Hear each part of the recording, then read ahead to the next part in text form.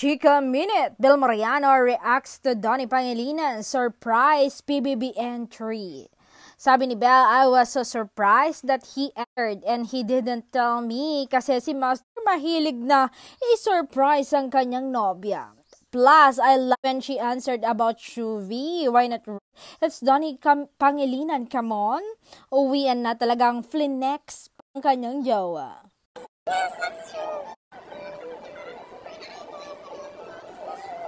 Yes.